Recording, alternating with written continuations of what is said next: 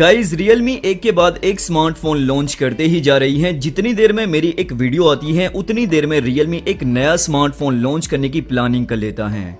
मुझे पता नहीं ये लोग किस स्पीड से ऑपरेट कर रहे हैं। अब Realme 7 Pro का सक्सेसर यानी कि Realme 8 Pro 24 मार्च को इंडिया में लॉन्च होने जा रहा है। अब वाकई में Realme 8 Pro Realme 7 Pro का सक्सेसर हो सकता है, ये चीज जानना काफी ज्यादा इंपॉर्टेंट है। तो आज के इस वीडियो में हम इसी टॉपिक पर डिस्कस करने वाले हैं, तो वीडियो को शुरू से लेकर एंड तक देखते रहिए और वीडियो को लाइक भी कर दीजिए क्योंकि मेरे जो व्यूअर्स हैं उनका दिल बहुत ही बड़ा है। और अगर आपके मन में कोई भी सवाल हो तो आप मुझे नीचे कमेंट सेक्शन में पूछ सकते हैं। लेकिन वीडियो में आगे बढ़ने से पहले मेरी आपसे गुजारिश है, अगर आपका एग्जिस्टिंग स्मार्टफोन यानी कि पुराना स्मार्टफोन ठीक तरीके से चलता है तो आपको नया स्मार्टफोन लेने की बिल्कुल भी जरूरत नहीं है।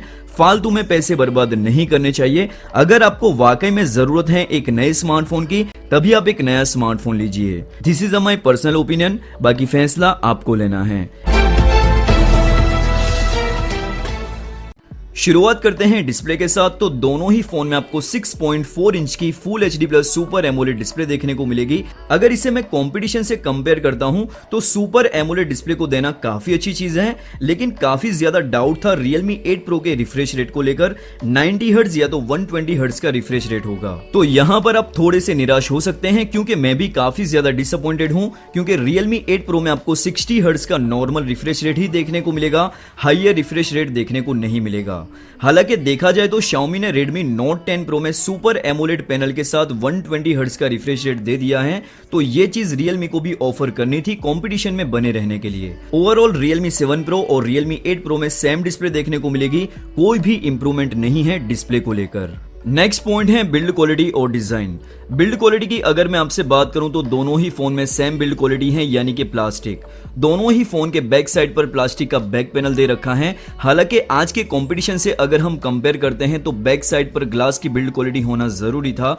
जैसे Xiaomi ने Redmi Note 10 Pro में बैक साइड पर ग्लास की बिल्ड क्वालिटी ऑफर की है, जिसकी वजह से ये फोन काफी ज्यादा प्रीमियम महसूस होता है। खैर, अगर आप फोन को बैक केस लगाकर यूज करते हैं तो ये चीज कुछ ज्यादा मायने नहीं रखती।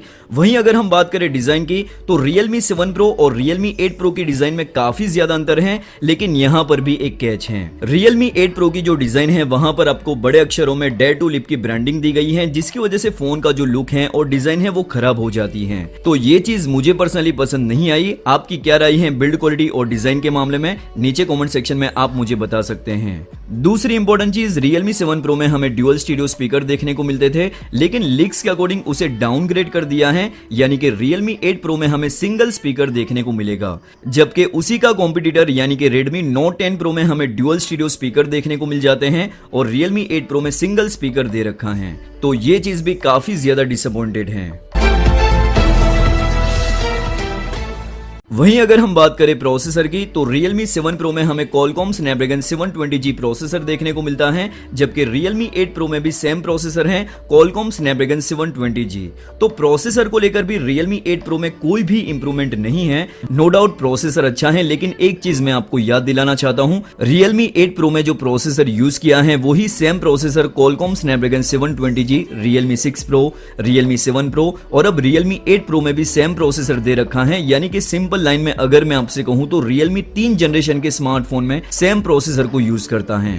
तो यहां पर Realme को 8 Pro में एटलीस्ट प्रोसेसर को लेकर कुछ तो इंप्रूवमेंट करना था, लेकिन अनफॉर्चुनेटली ऐसा नहीं हुआ। जबकि दूसरी तरफ Redmi Note 10 Pro में Qualcomm Snapdragon 732G प्रोसेसर देखने को मिल जाता है। Qualcomm Snapdragon 720G और Qualcomm Snapdragon 732G दोनों ही प्रोसेसर काफी हद तक एक दूसरे के सिमिलर हैं। साथ ही साथ परफॉर्मेंस को लेकर आपको तीनों ही फोन में कोई भी डिफरेंस देखने को नहीं मिलेगा, लेकिन ऑन पेपर देखा जाए तो Qualcomm Snapdragon 732G ज्यादा पावरफुल प्रोसेसर है अगर इसे हम कंपेयर करते हैं Qualcomm Snapdragon 720G के साथ। Day to day usage, normal gaming, high graphic वाली गेमिंग, तो ये सभी टास्क आप तीनों ही फोन में परफॉर्म कर पाओगे। नेक्स्ट पॉइंट है बैटरी कैपेसिटी। तो Realme 7 Pro में 4500 mAh की बैटरी दी गई है और वही सेम बैटरी कैपेसिटी 4500 mAh आपको Realme 8 Pro में देखने को मिल जाएगी। तो बैटरी कैपेसिटी को लेकर भी यहां पर कोई भी इंप्रूवमेंट नहीं है Realme 8 Pro में। साथ ही साथ चार्जिंग स्पीड की बात करूं तो Realme 7 Pro में 65 वॉट की फास्ट चार्जिंग थी, उसे डाउनग्रेड करके Realme 8 Pro में 50 वॉट की फास्ट चार्जिंग कर दी गई है। जबकि Redmi Note 10 Pro में 5020 mAh की बैटरी देखने को मिलेगी और 33 वॉट की फास्ट चार्जिंग। अब डिपेंड करता है आपकी पर्सनल प्रेफरेंस पर, आपको 5020 mAh की बड़ी बैटरी चाहिए या फिर Realme की फास्ट चार्जिंग। नेक्स्ट पॉइंट है कैमरा सेक्शन। तो यहाँ पर भी तीनों ही फोन में रियर साइड पर क्वाड कैमरास का सेटअप देखने को मिल जाता है, जिसमें से Realme 7 Pro और Redmi Note 10 Pro में 64 मेगापिक्सल का प्राइमरी कैमरा सेंसर और Realme 8 Pro में 108 मेगापिक्सल का प्राइमरी कैमरा सेंसर। इसके अलावा तीनों ही फोन में 8 मेगापिक्सल का ultra wide angle lens, Realme 7 Pro और Realme 8 Pro में 2 मेगापिक्सल का मैक्रो लेंस, जबकि Redmi Note 10 Pro में 5 मेगापिक्सल का मैक्रो लेंस ऑफर किया गया है। बाकी का जो चौथा सेंसर है डेप्थ सेंसर, वो तीनों ही फोन में सेम है 2 मेगापिक्सल का।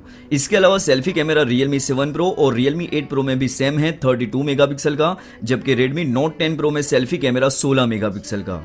कैमरा को लेकर मैं आपसे इस वीडियो में ज्यादा बात नहीं करूंगा, क्योंकि Realme 8 Pro और Redmi Note 10 Pro जब तक हाथ में आ नहीं जाते तब तक कुछ भी कमेंट करना सही नहीं होगा। ओवरऑल फाइनल वर्डिक्ट की बात करूं तो Realme 8 Pro में कोई भी बहुत बड़ा इंप्रूवमेंट नहीं किया गया है अगर इसे हम कंपेयर करते हैं Realme 7 Pro के साथ। सिर्फ दो चीजों में इंप्रूवमेंट किया गया है, एक तो है डिजाइन और दूसरा है 108 मेगापिक्सल का प्राइमरी कैमरा सेंसर। साथ ही साथ इन दोनों फोन को हम Redmi Note 10 Pro के साथ कंपेयर करते हैं तो उसमें अच्छा खासा इंप्रूवमेंट है, जैसे कि सुपर एमोलेड पैनल के साथ 120 हर्ट्ज का हाई रिफ्रेश रेट, ग्लास की बिल्ड क्वालिटी और better design, better processor, 5020 mAh की बैटरी। तो ये सारी चीजों में Redmi Note 10 Pro कहीं ना कहीं आगे निकल जाता है। अब इसका मतलब ऐसा बिल्कुल भी नहीं है कि आप Redmi Note 10 Pro ले लीजिए। मेरा मकसद है सही जानकारी आप तक पहुंचाने की कोशिश करना। बाकी दोस्तों फाइनल डिसीजन आपको लेना है। नीचे कमेंट सेक्शन में जरूर से बताइए आप इन तीनों फोन में से कौन से एक फोन को प्रीफर करोगे।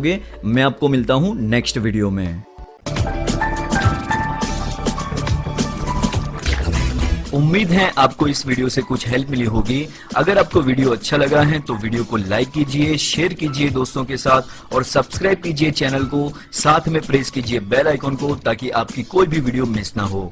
Thanks for watching. मिलते हैं एक नए इंटरेस्टिंग वीडियो में, तब तक के लिए ख्याल रखिए अपना और अपने चाहने वालों का।